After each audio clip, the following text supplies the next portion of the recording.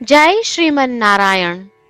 રામાનુજદાસ શ્રીમાન ગટ્ટુ વેણુગોપાલ સ્વામી દ્વારા વર્ણન કરેલ શ્રીમદ ભગવદ્ ગીતાનું ગુજરાતી ભાષાંતર હું આપને કહી રહી છું.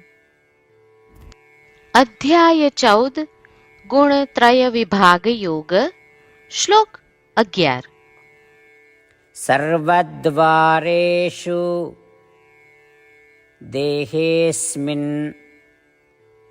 પ્રકાશ ઉપજાયતે જ્ઞાનમ યદા તદા વિદ્યાત વિવૃદ્ધમ સત્વમિત્યુતા. ઓમ. ગીતાચાર્ય શ્રી કૃષ્ણ પરમાત્મા અર્જુન સાથે આપણને બધાને ગુણત્રય વિભાગ યોગ શીખવી રહ્યા છે. પરમાત્મા કહે છે, અર્જુન, જ્યારે જ્ઞાન 5 ઇન્દ્રિયો જેવા સમસ્ત પ્રવેશ દ્વારો દ્વારા પ્રકાશિત થાય છે ત્યારે તે સંકેત આપે છે કે સત્વગુણ પ્રબળ છે. તે અન્ય 2 ગુણોને અવરોધે છે. અર્થાત અર્જુન, જો તું તારી 5 ઇન્દ્રિયો આંખ, નાક, કાન, જીભ અને ત્વચા દ્વારા વિશ્વનું સાચું જ્ઞાન પ્રાપ્ત કરતો હોય તો એ સંકેત છે કે તારામાં સત્વગુણ પ્રવર્તે છે. આથી સત્વગુણ વિકસાવવા, રજોગુણ અને તમોગુણને નિયંત્રિત કરવા, ત્રણેય ગુણોથી બંધાયેલા ન રહેવા ચાલો આપણે આપણી સમગ્ર પ્રવૃત્તિઓ શ્રી કૃષ્ણ પરમાત્માની સેવા સ્વરૂપે અને શ્રીમન નારાયણના સાધન સ્વરૂપે કરીએ. શ્રી કૃષ્ણ પરમાત્માના ઉપદેશોનું મનન કરતા ચાલો આપણે શ્રીમન નારાયણને પ્રાપ્ત કરવાના ઉદ્દેશ્ય સાથે આપણા શરીરનો ઉપયોગ કરવાનું આરંભ કરીએ. શ્રીમન નારાયણનું શરણ લઈ શ્રી કૃષ્ણ પરમાત્માના શબ્દોનું આ શ્લોક સ્વરૂપે પુનરાવર્તન કરીએ. સર્વદ્વારેષુ દેહેસ્મિન પ્રકાશ ઉપજાયતે જ્ઞાનમ યદા તદા વિદ્યાત વિવૃદ્ધમ સત્વમિત્યુતા. શ્રી કૃષ્ણ પરમાત્માએ આખી ભગવદ્ ગીતાનો સાર અધ્યાય 18ના શ્લોક 65 થી 70માં 8 ઉપદેશ દ્વારા કહ્યો છે. શ્રી કૃષ્ણ કહે છે, જે મારા આ 8 ઉપદેશ અનુસરે છે તે મને પ્રિય છે.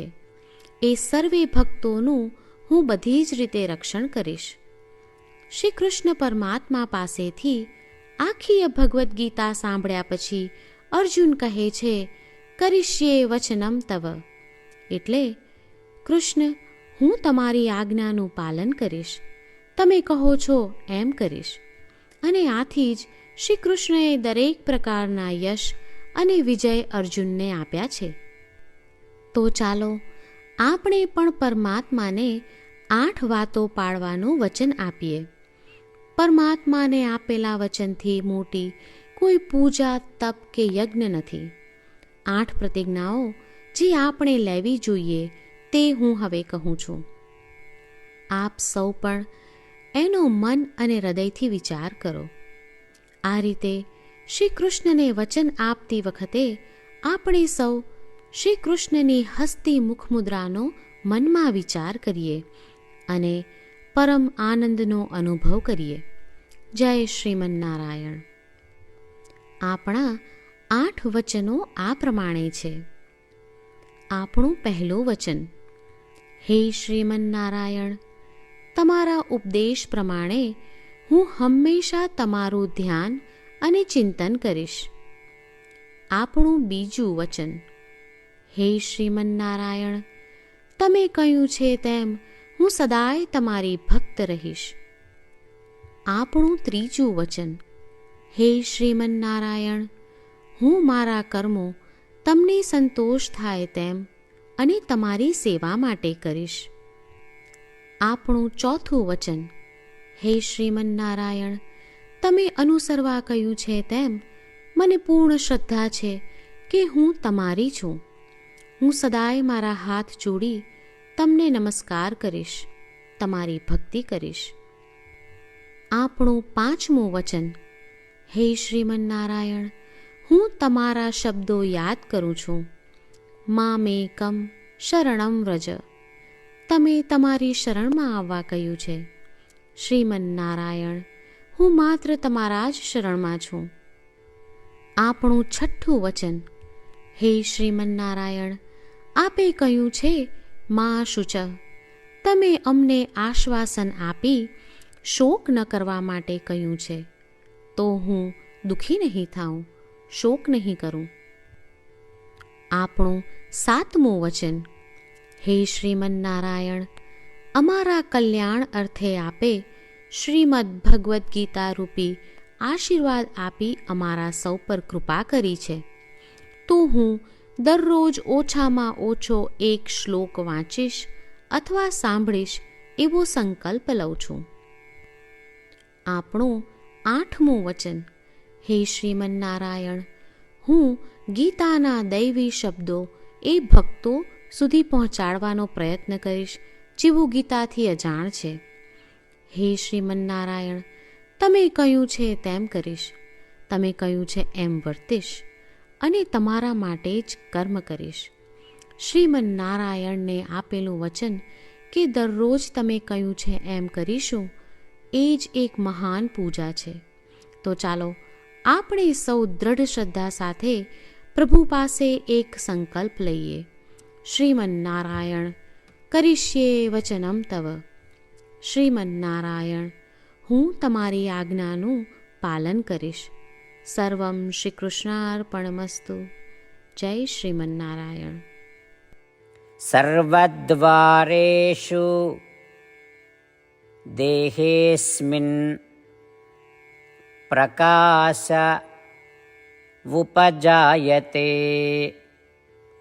જ્ઞાનમ યદા તદા વિદ્યાત વિવૃદ્ધમ સત્વમિત્યુતા. ઓમ. સર્વદ્વારેષુ દેહેસ્મિન પ્રકાશ ઉપજાયતે. જ્ઞાનમ યદા તદા વિદ્યાત વિવૃદ્ધમ સત્વમિત્યુતા. જય શ્રીમન્નારાયણ. તમામ ભક્તોને ખાસ વિનંતી.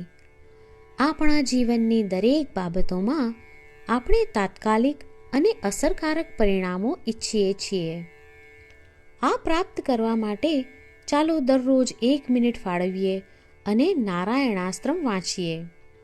નારાયણાસ્ત્રમ મેળવવા માટે તેની વેબસાઇટ જે www.narayanaastram.org છે તેના પર જાઓ અને રજિસ્ટ્રેશનમાં તમારું નામ અને ઈમેલ આપો. તમે આપેલા ઈમેલ પર તમને નારાયણાસ્ત્રમ PDF પ્રાપ્ત થશે. PDFમાં રામાયણનો 1 શ્લોક, ગીતાનો 1 શ્લોક અને 1 વિષ્ણુ નામ છે. આ 3ને નારાયણાસ્ત્રમ કહેવામાં આવે છે. દરેક વ્યક્તિને આ શ્લોકોનું અલગ અલગ સંયોજન પ્રાપ્ત થાય છે.